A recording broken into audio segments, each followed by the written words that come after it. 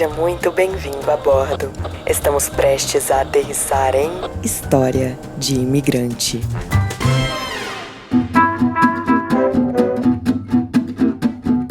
Chega mais que a história de hoje é uma comédia de enganos. Saca só a confusão.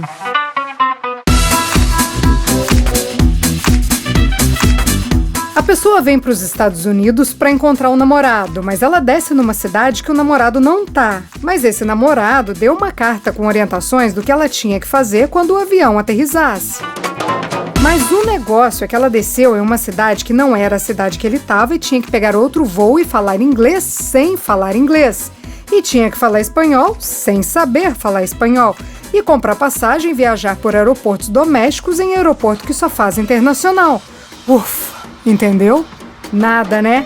Então fica aí que eu vou explicar tintim por tintim toda a confusão dessa história que daria uma peça de Shakespeare. Então segura que lá vem história.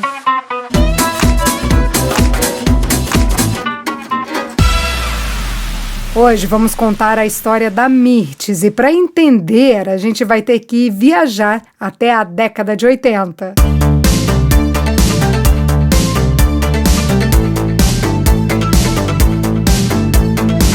Vamos para 1987, quando a Mirtes conheceu um cara na balada, se apaixonou e quando ele veio com um papo mais sério, ela logo pensou: é hoje que ele vai me pedir namoro. Mas a conversa foi outra, aliás, foi bem longe disso.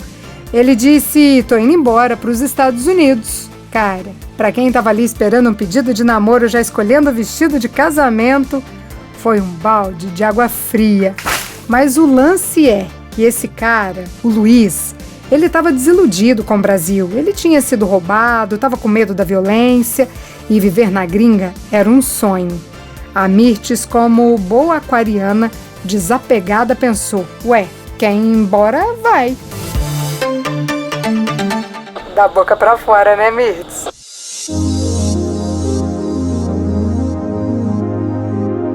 Aí, o Luiz foi embora, mas sempre mandava cartas para Mirtes. Gente, isso era 1987. Não tinha outro jeito de falar a não ser por cartas. Ah, tinha telefone também, mas a Mirtes não tinha telefone na casa dela. E para falar com o Luiz, ela tinha que dormir na casa de uma amiga ou na casa dos pais dele. Que perrengue, hein? Se a gente acha que hoje, com um vídeo, falando o tempo todo com a família no Brasil, já dá uma saudade danada, imagina naquela época. Sem contar que não tinha GPS. Imagina dirigir em Nova York sem GPS. O Luiz foi para Nova York. Devia usar um mapa, né? Que perrengue. Depois de 2 meses nos Estados Unidos, o Luiz bateu o martelo. Ele falou para Mirtes: ou você vem, ou eu vou embora. A Mirtes tinha 21 anos, era uma menina, não tinha a menor ideia do que fazer. Nunca tinha pensado em sair do Brasil na vida. Aliás, nunca tinha pensado nem em sair de São Paulo.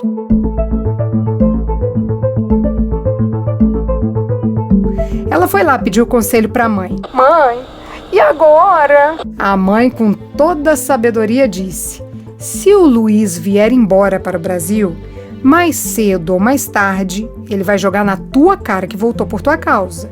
E você pode se sentir culpada por isso. E se você não for, vai ficar pensando pro resto da vida: e se? E se tivesse largado tudo para viver um amor? Cá entre nós, eu achei essa mãe o máximo. Ela não impôs nada, só fez a Mirtes ali refletir sobre as escolhas. Porque vamos combinar, morar fora é uma escolha difícil. Mas ficar também é uma escolha tão difícil quanto.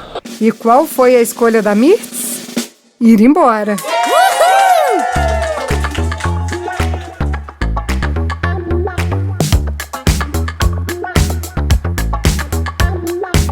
Então ela foi lá, arrumou uma agência de turismo que fez todo o processo do visto.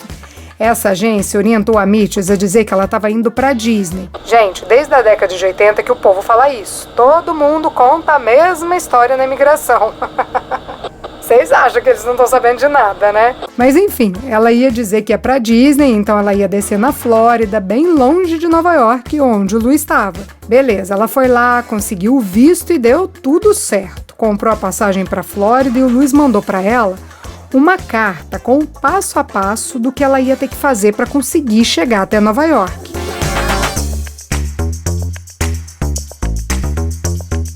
E o que dizia a carta?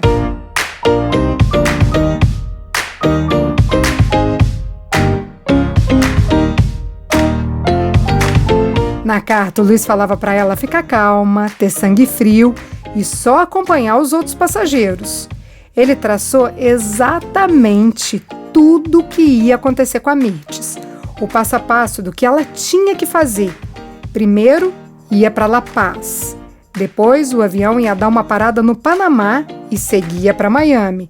Ele explicou que lá em Miami ela ia ter que pegar um trem para chegar até a imigração e deixou bem claro para ela que a imigração parecia um caixa de supermercado. Adorei essa explicação, porque realmente quem nunca passou pela imigração não sabe como é, né? Então fica aí a dica, é um guichê que mais parece um caixa de supermercado. Lá ela ia apresentar aquele papel que eles davam antigamente no voo e o passaporte. O Luiz anotou na carta até quais perguntas os oficiais iam fazer. Pleasure or business? A viagem é a trabalho ou diversão? Aí ele orientou a Mirtes a falar que era diversão e falou: depois que eles carimbarem seu passaporte, você sai como se fosse a coisa mais natural do mundo. O Luiz continuou dando orientação. Você segue até a parte de voos domésticos e no balcão da companhia você compra uma passagem para o John Kennedy. E disse: não se preocupe que em quase todos os lugares tem gente que fala espanhol. Para finalizar a carta, o Luiz falou que estava super ansioso para encontrar com ela. Gente, lindo esse cuidado, né? A Mirtes não lembra assim de cabeça todos esses detalhes. Óbvio, porque isso já tem mais de 30 anos. Mas ela ainda tem essa carta. E claro que ela me mandou uma foto da carta para eu ler. É uma joia, né? Guardar uma coisa assim que representou tanto na vida deles, achei fofo. Mas bora continuar.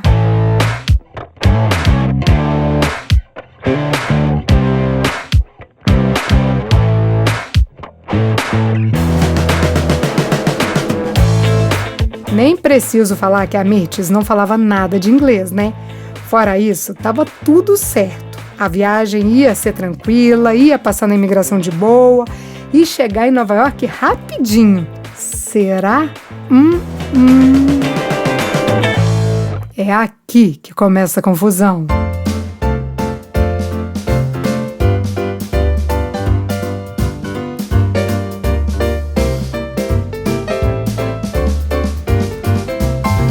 Até chegar em Miami, foi sim tranquilo. Na hora de passar na imigração, aqueles guichês que deixam a gente com as pernas tremendo, também foi tranquilo. Agora, na hora de comprar a passagem para o aeroporto John Kennedy, é que são elas. Ela até fez o que o Luiz falou e conseguiu chegar lá no guichê. Na hora que chegou a vez dela ser atendida, ela falou: John Kennedy. O atendente ficou olhando para ela e respondeu: Você entendeu? Eu não. Muito menos a Mirtes. Então ela repetiu: John Kennedy. E o atendente repetiu: Ai, caramba, e agora? Bom, o atendente saiu e voltou com uma mulher que falava espanhol. Ufa! Até que já estava tensa aqui com a situação da Mirtes. E a Mirtes voltou a falar: Quero ir para o aeroporto John Kennedy. E o que a mulher respondeu? Ai, meu Deus, na carta não estava escrito que eu ia passar um perrengue desses, a Mirtes pensou. Eu lá sabia que ia ter que falar inglês e espanhol para encontrar com o Luiz. Mais tarde, ela descobriu que o atendente estava tentando dizer para ela que o aeroporto John Kennedy era um aeroporto internacional e que não dava para ela comprar a passagem ali naquele aeroporto porque ela só podia ir para o LaGuardia, que é o nome do aeroporto doméstico de Nova York. Mas como ela não entendeu nada e eles também não conseguiram explicar, os atendentes simplesmente fizeram o que ela pediu. Mas tem uma coisa aqui: Para conseguir chegar até lá, eles colocaram a Mirtz num voo até Charleston, na Carolina do Sul. E lá ela ia ter que descer e pegar outro voo, dessa vez um voo internacional que estava vindo aí de um país qualquer, para finalmente descer no John Kennedy. E lá foi ela. Passada algumas horas, a Mirtz finalmente aterriza no Aeroporto Internacional John F. Kennedy. Ufa, fim de história! Que nada, a confusão tá longe de acabar.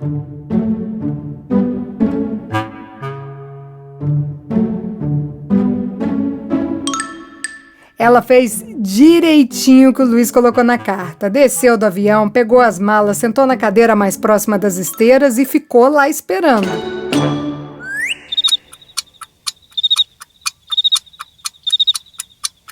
Agora eu dou uma pausa aqui para contar o que o Luiz estava fazendo enquanto a Mirtz estava aí tentando chegar em Nova York.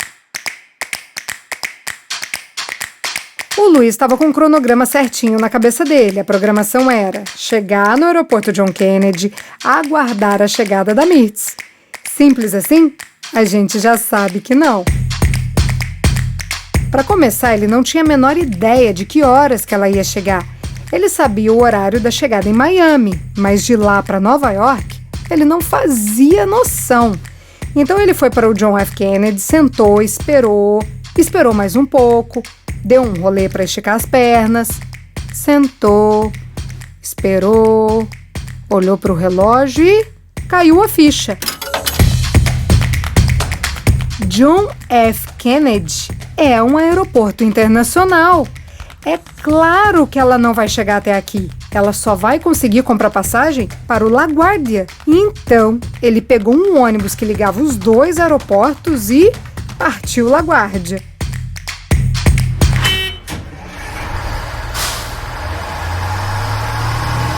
Era uma viagem de mais ou menos 1 hora, depende do trânsito.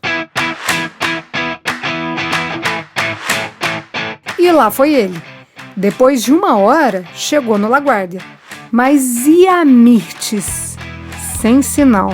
Aí sentou, esperou mais um pouco. Deu um rolê para esticar as pernas. Sentou, esperou, olhou no relógio, até que a ficha caiu de novo.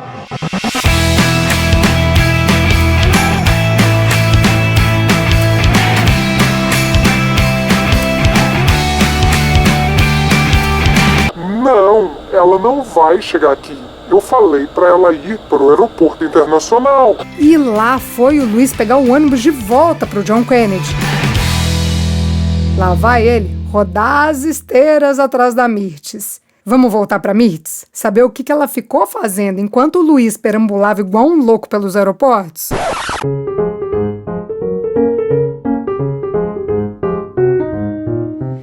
Enquanto isso, Mirtz estava lá sentadinha. Ela disse que nunca viu tanta gente diferente na vida dela. E olha, que ela é de São Paulo, capital, e lá tem muita gente exótica, né? Mas ela me falou que nunca tinha visto indiano, muito menos um indiano vestido com sari. Que dali a pouco passava um africano com aquelas roupas coloridas. Depois uns carecas, uma espécie de manto. Acho que eram os monges. Enquanto esse povo todo passava ali perto da Mirtz, ela só pensava: o que é que eu tô fazendo aqui? Ela tinha o endereço do Luiz e se eles se desencontrassem, ela podia pegar um táxi para chegar lá. Mas ela estava paralisada com tudo aquilo. Ela estava pensando em comprar passagem e voltar para o Brasil. Mas esse pensamento veio depois que já fazia umas 6 horas que ela estava lá esperando por ele. Gente, 6 horas, sentada numa cadeirinha de aeroporto, quietinha esperando o namorado. Isso depois de sair para São Paulo, ir para Bolívia, Panamá, Miami, Carolina do Sul e Nova York. Nem falo do cansaço, porque o sentimento ali também era de susto. Ela estava assustada com tanta novidade. Mas antes que ela pudesse desistir, ela viu de longe um homem alto e barbudo lá no fundo, atrás da multidão. O que eu vou descrever agora parece cena de filme.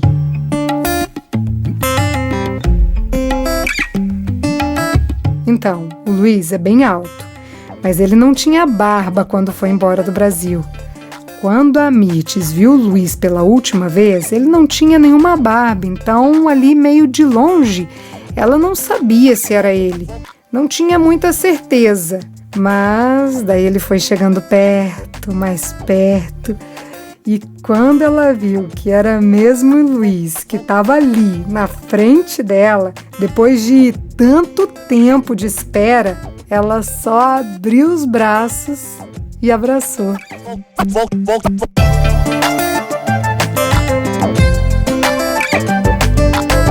E abraçou o Luiz ali, no meio daquele monte de gente correndo para todo lado. O mundo dela parou. Foi como se o relógio tivesse parado para admirar aquele abraço.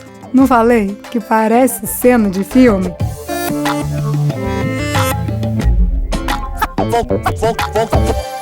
Bom, Mirtes e Luiz estão juntos até hoje e ainda vivem nos Estados Unidos.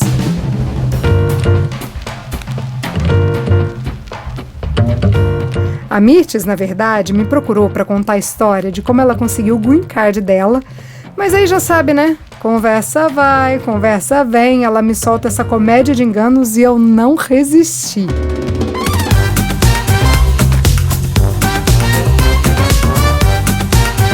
Eu falei pra ela, a gente não pode guardar essa história só pra gente.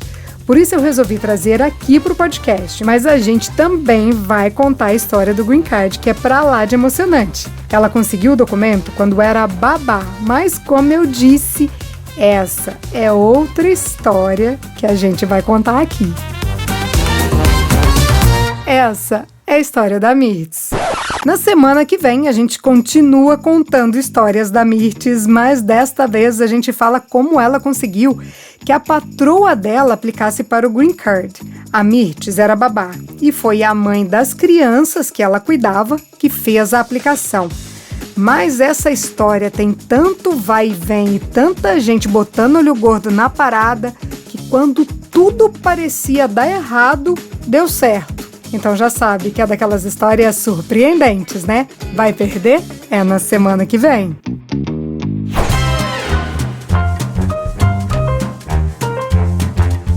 Todas as histórias que contamos aqui são reais, algumas delas são anônimas. Se você tem uma história de imigrante para compartilhar, conta pra gente.